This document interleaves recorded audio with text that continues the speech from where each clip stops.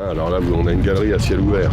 Les gens feraient certainement peut-être pas la démarche d'aller dans une galerie fermée. Photographes femmes, on en voit quand même beaucoup moins que des hommes. Moi, je suis venue exprès pour ça, en fait. Moi, je suis engagée sur les droits des femmes et d'une manière générale sur les questions d'égalité. Donc, je trouve ça génial qu'on ait un événement comme ça. En plus, sur le Calvados, c'est top. Je trouve ça formidable.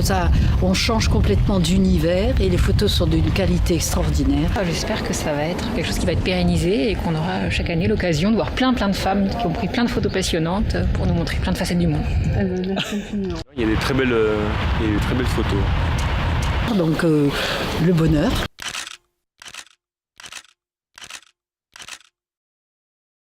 L'idée de ce festival, il faut que ça s'ouvre à tout le monde, c'est entrée libre.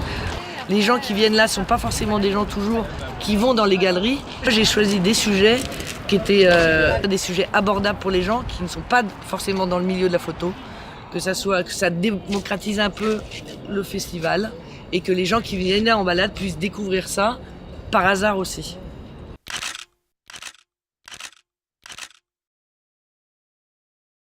Ce festival, il est fait pour les mettre à l'honneur. J'ai fait 14 expositions de femmes et grâce à des partenariats, j'ai réussi à avoir 4 prix. Ça fait 18 femmes récompensées. Je viens du photojournalisme et je me suis ouverte à d'autres choses et je voulais que ça y ait la mode, le sport, le reportage, les conflits. On a fait venir une photographe internationale, Kani Sissoko, qui est une jeune malienne. On a réussi à la faire venir et c'est sa première venue en France.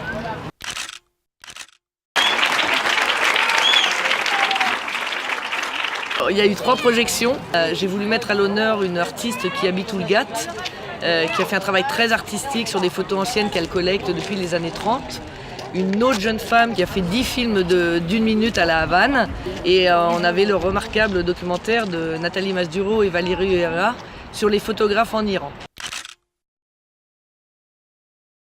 Je voulais alerter. Et si on m'avait alerté, moi, il y a quelques années, j'aurais fait attention. Je dis qu'il faut rester vigilant sur ces photographes qui sont là, qui se battent et qui sont très talentueuses et qu'on ne fait pas travailler. Elles sont maintenant majoritaires dans les écoles photo et pourtant elles sont très peu nombreuses dans les festivals, dans les agences, dans les galeries.